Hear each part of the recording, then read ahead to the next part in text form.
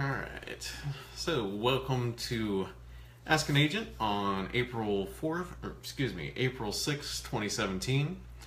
And I'm Kyle Sasser. I'm a realtor with Keller Williams Realty St. Pete, and just want to welcome you to the show. This is a Facebook Live broadcast, and we redistribute it on YouTube and a few other channels.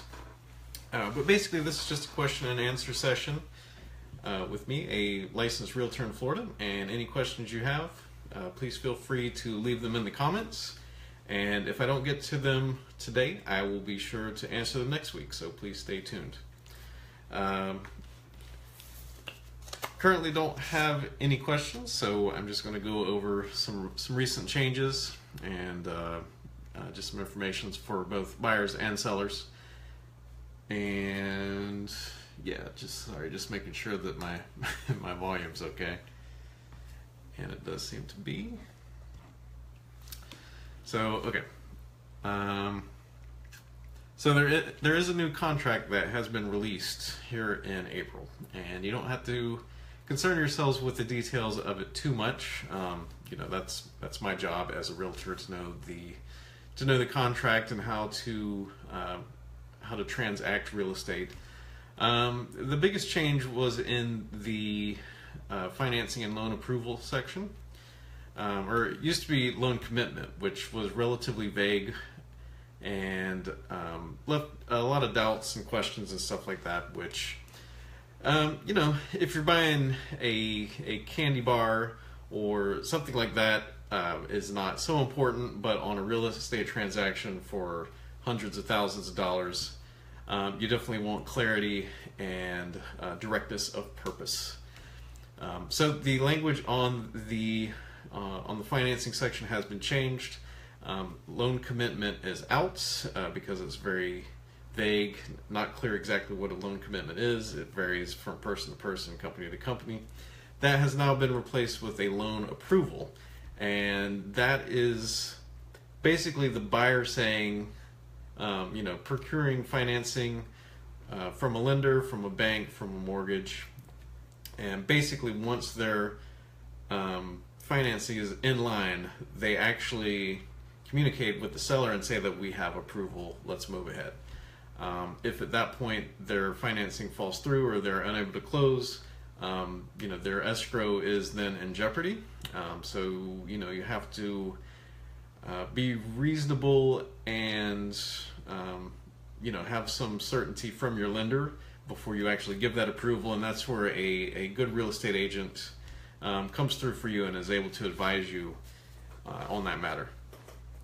So like I said, you don't really have to know the ins and outs and details, just know that there is a new contract and the financing section has been changed. If you have any questions about it, of course, feel free to reach out to me, and I will be more than happy to go over it with you and answer your questions. It's kind of a you know, a little bit of a nerdy, a law nerd sort of thing, but you know, you definitely have to protect yourself. And at Keller Williams Realty St. Pete, we did have a class where we went over all of the changes in the contract, and the new contract has only been out for a day or two. It's the 6th, and I believe it became effective on April 4. So you know, so we were brought up to speed on all the changes, and we were definitely on top of it. So don't want to bore you anymore with that, because it does get, it can, you know, the eyes glaze over and it gets a little difficult to both explain and listen to. You know, just rest assured that, you know, it is my job to be an expert on the contract. So, you know, again, I'm happy to explain it to you when it comes to it. Other changes. I'm also not going to go over specific numbers with you. I went over that last week, and you know, week to week they don't change that much. So I'm pretty much going to hit those on a monthly basis, I think. The market is still strong. Multiple offers are regularly happening on properties. Deals are getting harder to find. The one statistic I did see that kind of blew my mind was that foreclosures and short sales are down 45% versus 12 months ago. So that just kind of goes to show that, you know, the deals are drawing up, the market's getting tighter, and we definitely have a seller's market. Now that said, if you have been thinking about selling, now is the perfect time, and I would ask that you leave me a comment or send me a message, preferably send me a message, a private message, and you know, I'll get back with you. I've had 2 or 3 listing appointments just this week, which is awesome. I've also brought on 3. Sorry, I'm looking at my board here and showing my neck there. I've also brought on 1, 2, 3. I've also brought on 3 buyers in the last 5 days. So yeah, so the market's popping. Pinellas County is doing great. I did look at Hillsborough County. It is not quite as strong as Pinellas County, which makes sense. The supply, just by the nature of Pinellas County being a peninsula, is more limited. The statistics for Hillsborough County was, and don't quote me on this, but so, and this is taken as a whole for the market, but basically Hillsborough County has been at a 4 to 5% increase in median home price for 12 months versus Pinellas County's 10%. Now, of course, you know, each region, neighborhood is a little different.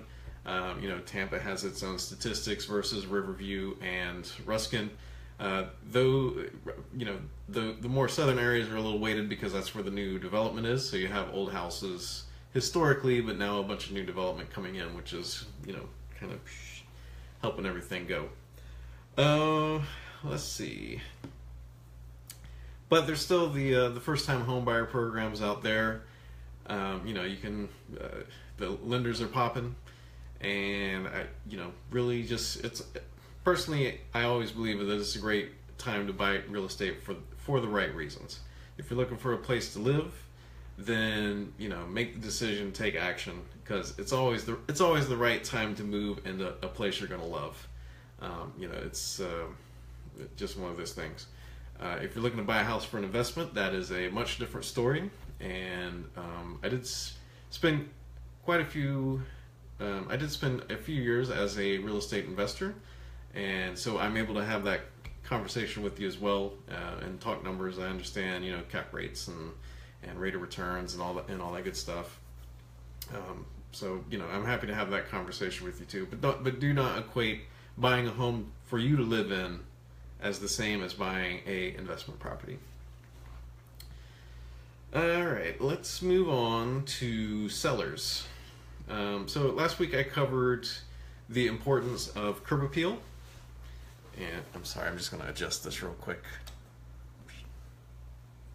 All right. All right, I think that's a little better. All right. I think it's kind of catching my bad side there for a little bit. My apologies. So for sellers, so last week I covered the importance of curb appeal and basically putting your best foot forward. And that is pretty much always going to be true.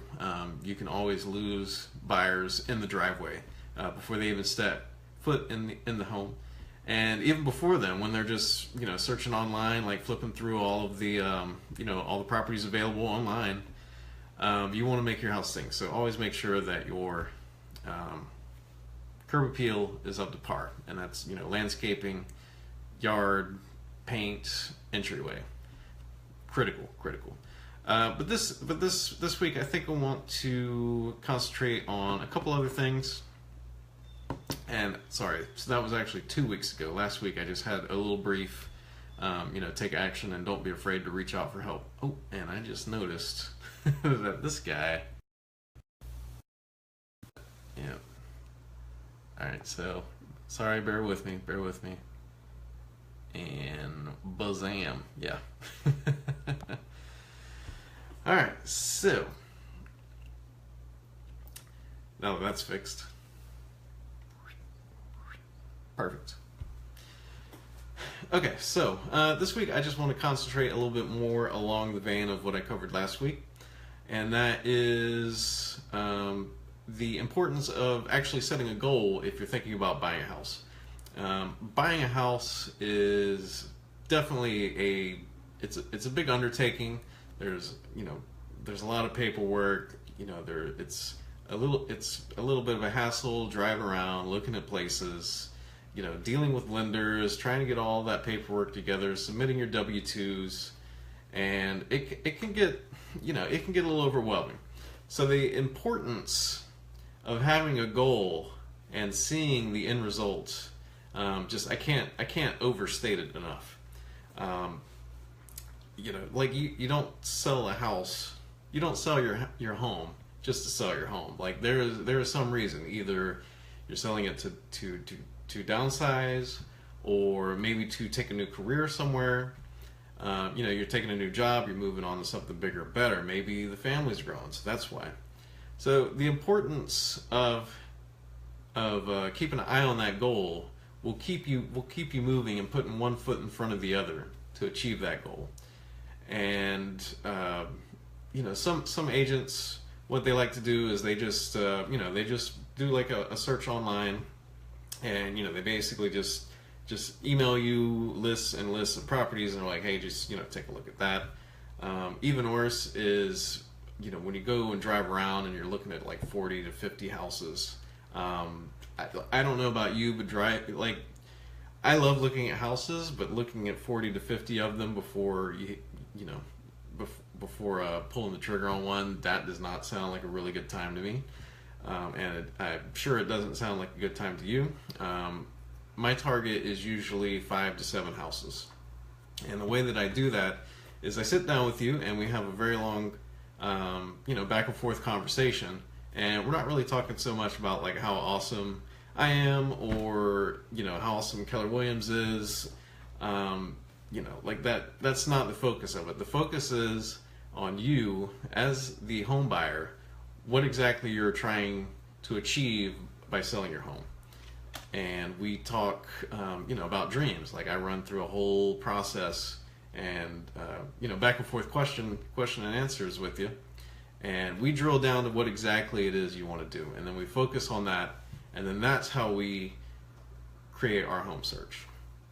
And it's a very, very powerful very powerful way to do real estate. It really focuses in on what's important to you, because at the end of the day, it is like, all right, it sounds cliche, but it is really all about you. And the service I want to bring to you, I want it to be so valuable and impressive to you that you tell all of your friends about it.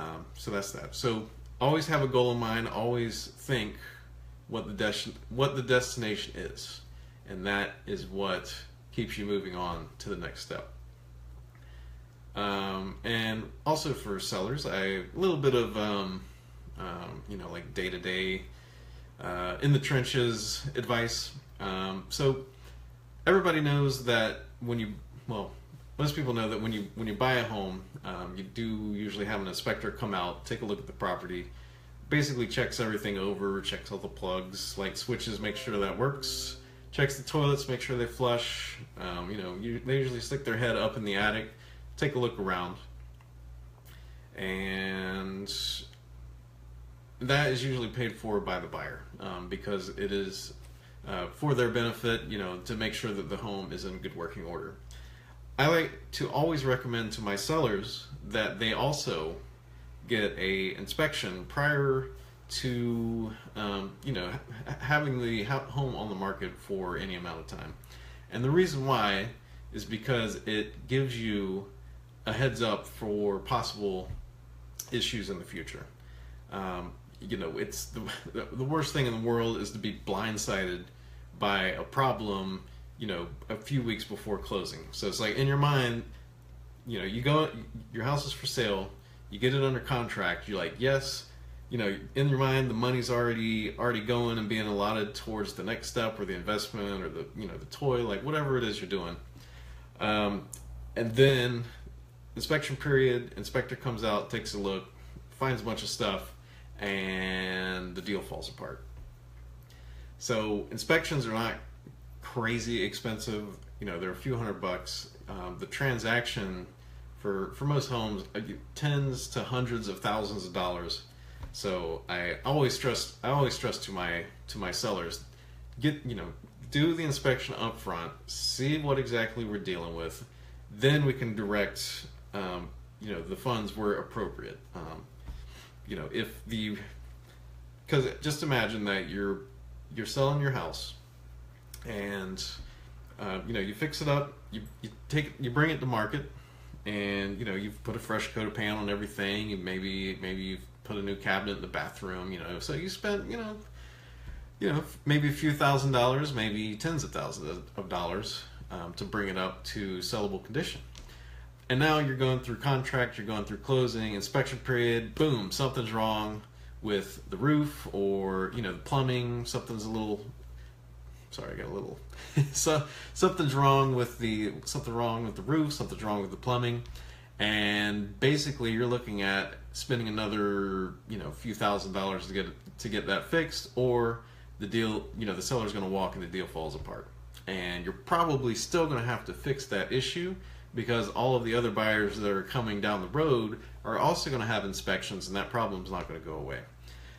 So it's better to know up front, spend a few $100s, know exactly what you're dealing with, and then you can dedicate your the funds to fix up the house. You can dedicate those resources properly and effectively, and get it sold. So that's a little tip for both sellers and all the other agents that are watching this right now. So, and I would also like to thank Doug King. He's a builder here in the area, and he is the one who first suggested that to me, and I thought it was a brilliant idea, and I have recommended it to everyone ever since. So that's our buyers and sellers, and that kind of runs us through that part of it. So we've had a couple people join, and I'd like to thank you for popping in. And if you're watching this after we're live on YouTube or whatever, I do this every Thursday, 7 to 7:30 on Facebook Live. And I've been examining some other avenues to broadcast it, YouTube Live and some other spots, but for now I'm sticking to Facebook Live. Technology isn't as, technology is amazing, and I love leveraging it as much as possible. But it's, it's not something I enjoy sitting down and figuring out. I would much rather, go out and talk to people and, do real estate, buy and sell some homes, and help you out. So that basically covers the buyers and sellers section for today. I figured I would just end with some interesting personal stuff with me, and just to help you get to know me a little bit better. So my name is Kyle Sasser, Kyle Sasser, and I'm with Keller Williams, obviously. And it looks like it's getting a little dark back there. I need to work on my lighting just a little bit. I lived in the area all my life, from Dover, where the dinosaurs are on the interstate, Plant City, Lakeland, Tampa, Brandon, and now St. Petersburg. So basically the I-4-275 corridor here, lived all up and down it, very, very familiar with it. I'm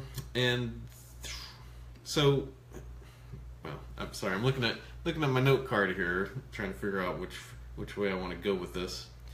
So I also do a podcast called Great Things Tampa Bay, and basically that covers, and this is obviously going to be the tagline, and I'm a little practiced at it, but it's about all the great eats, great places, and great people in the greater Tampa Bay area. So this podcast is available on iTunes, it's available on Google Play, and you can download it at the website, greatthingstb.com. You can also go to my real estate website, which is sassergroup.com, SASSERGROUP.com. And you can go there, there's a link at the top, and it'll say podcast. You go there, that'll shoot you on over. And it's a lot of fun. It's a little challenging. to be honest. It's about like here, just talking to a phone sitting in front of me, that's hanging here on my computer monitor. But yeah, it's interesting because it actually makes me examine the area from a new light. A lot of times you get stuck in a rut, and it's you come at it from a new direction. You're like, wow, so okay, if someone was looking for the best whatever, what would I recommend to them? So it's it's cool. So check it out. There's currently 2 episodes. We release every other week. We release on the 14th and the 28th, and we cover everything. I've done 2 episodes, so it's so the selection is currently a little limited. But basically, I'm going to cover everything in Tampa that I can think of. Neighborhoods, restaurants, things to do. Best golf courses, all that stuff. I've done interviews with people and local restaurateurs and business owners, and it's a lot of fun. It's really getting me outside of my comfort zone, and just expanding what I'm comfortable with, to be honest. So in that vein, I'm going to tell you a little bit about our weekend. And if any of you have real estate questions, please just chime in, and I will stop and be sure to answer them. But anyway, so this weekend, my wife and we went to pass-a-grille Beach, which is St. Pete Beach, which I'm pointing like where I live, but it's that way. So we went to pass-a-grille, which is just south of St. Pete Beach. So you take the last exit before the Skyway, head out towards the Gulf, go over the bridge, you'll see Don Cesar, take a left, go under that, down there, that's pass-a-grille. We got there early. We wanted to have breakfast. We stopped at Hurricanes, which is right on pass-a-grille Beach. There's kind of 2 sides. There's one side that is kind of like parallel parking and on the intercoastal, and that's where people fish and dogs running around, all that stuff. The other side has diagonal parking with businesses across from it, and that's the part we went to. So we went and ate at Hurricanes for breakfast, and it was pretty good. The view was awesome, and the food was actually surprisingly good. They're definitely known for their seafood, but the breakfast was pretty good. I had the gravy and biscuits. Biscuits and gravy with 2 sausage patties, and they were good. The sausage was a touch overcooked, but it was still good. The wife had shrimp and grits, also good, and the coffee, which I'm usually a stickler on. I like to drink my coffee black. Most coffee is a little, and I'm not terribly picky. I don't go into Starbucks. A, I don't go into Starbucks. B, I don't order, like this crazy long list. Like, I want coffee black, and I just want it brewed properly. So at home, I use a French press, which sounds fancy, but it's just a screen. You just push through the coffee grounds. It's nothing fancy. But most places I go to get coffee, it's usually really, really bitter. But at Hurricanes, it was actually very good. I was actually able to drink it black, which is completely boring, I'm sure, but there you go. After we ate there, we went over to the beach and set up there, had a little walk around, and found this amazing guy. And here's his business card. And so they were having a little art show over there by the bathhouse. And so this guy, what they did was they took farmed butterflies, and it was all of the, like the iridescent blue and the greens and just amazing, amazing butterflies. So they took those and they actually mounted those into art installations.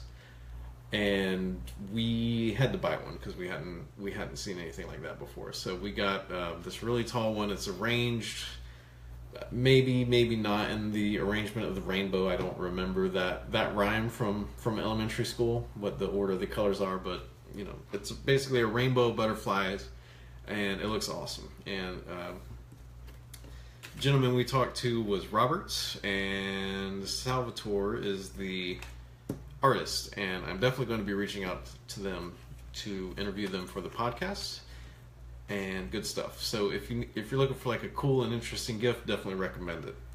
What I don't recommend is a drink at the bar and grill / bathhouse that's there on pass-a-grille. So they have a little house there with some food, some drinks, and all that stuff. And it was pretty warm, and we went up and we were thinking that, something with pineapple, strawberry would be good. Lo and behold, we go up there. It has a sign, mimosas, wine, beer, strawberry daiquiri. So we're like, all right, strawberry daiquiri. Ordered up. I noticed on the sign it says, basically that the liquors are substituted with a processed wine that is 20% alcohol. Which, kind of struck me as a little odd, but I was like, okay, well, obviously they probably wouldn't sell it if it was horrible. But sadly, I was mistaken. So if you find yourself at pass-a-grille, be sure to stick to the beer, water, or an actual glass of wine or a mimosa. Those I think will be okay. But basically, the strawberry daiquiri was like, take strawberry daiquiri, and it should be relatively sweet. It should be something nice, cool, refreshing. But now imagine that in that you put like the $7 Publix cooking wine, and you have that taste in there. So it was it was of such note that I feel compelled to mention it here.